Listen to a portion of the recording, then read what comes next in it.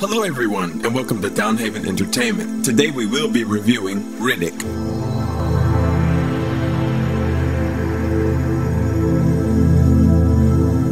This movie was my first introduction to the story of Riddick. I haven't seen Pitch Black or Chronicles of Riddick. What?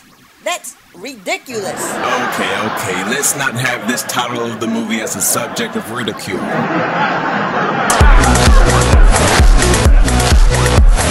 Alright, puns aside, let's get into the movie. The movie was directed by David Twohy, and I really like his sense of directing in this movie. And we'll get into that soon, of course. Vin Diesel. I absolutely love this character in this movie. I love characters that shuts up, cuts the crap, and is full of charisma. This guy at some points goes straight Sam Fisher on some of these bad guys, all stealthy and whatnot. And this is what I want to see in Batman. You know, someone who's actually scary and stealthy. And Vin Diesel kills it as this character. I'm not a huge Diesel fan. I'd rather use unleaded. You know, I thought you said no more puns. I'll do what I want. But Vin Diesel is Riddick. Superb job. Katie Sackhoff. I loved her in this movie. She's the chick that can pull off the whole hot yet tough chick look. She wasn't overly airbrushed or had tons of makeup on her to make her hot. No, she fit the tone of this movie pretty well. She was hard as concrete yet soft as pillows. What? She was perfectly casted in this movie in my opinion. You know, I don't see Jessica Biel in this role. Heck, I don't even see Mila Kunis in this role. I get a sense that she really knew this character she was great. Thumbs up. You just have a crush on her. So what? Jeez, don't be such a sack-off. David Bautista. I don't know why. I really like this character. Does something smell funky to you? Yeah, I do smell some funk. Oh wait, it's Nolan. I don't like his character in this movie too much. He was the whiny little baby. I have no idea why this punk is rolling with the big boys. I can beat this kid up with my eyelash. You don't have any eyelashes? Oh right. Well, I can beat this kid up with Jay Quaz's eyelash.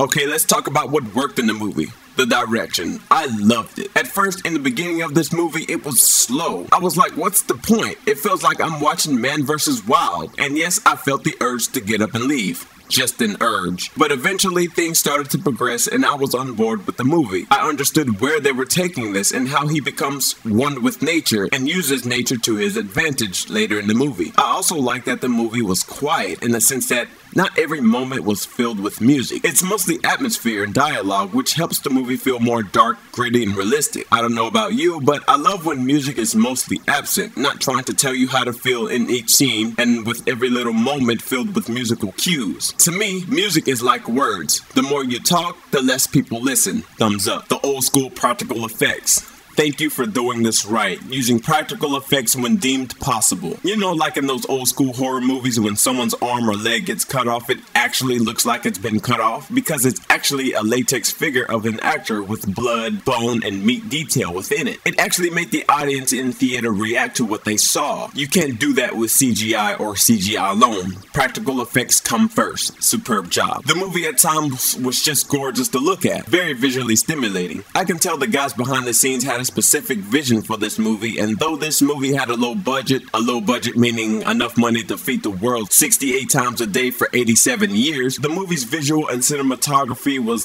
great. Thumbs up. The writing is cheesy, yet I feel like they handled it good enough for this flick. Some of it was meant to be silly. You gotta have some kind of laughs in this movie. One of the lines was on the lines of this: the police said they were going to transfer me to Mexico, but as it turned out, they transferred me to a place called not Mexico, because it was in the middle of nowhere. I had a good little laugh, and so did my theater. Okay, now let's talk about what didn't work. Though I said not having much music helps the movie in my opinion, and having too much music feel overused or trying too hard to manipulate emotions of the audience, when the music was cued in this movie, it was subpar and generic, and sometimes suddenly loud and out of nowhere. There was a scene where these bounty hunters were discussing a plan to catch Riddick, and of course there was no music. Then when the head bounty hunter gets up to get his men ready to carry out the plan, the music just cuts in like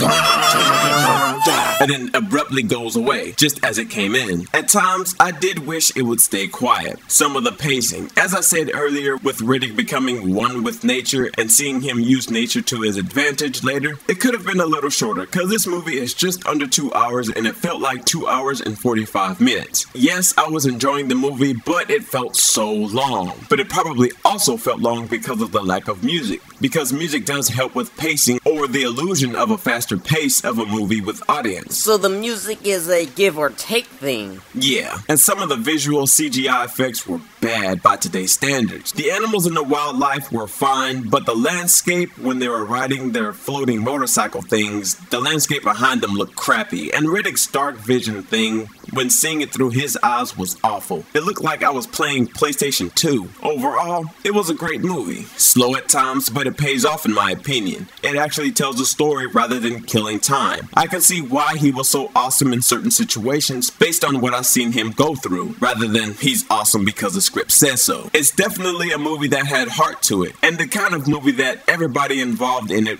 wanted to make. It's like they said, hey guys, let's do a Riddick movie. I feel like continuing that story.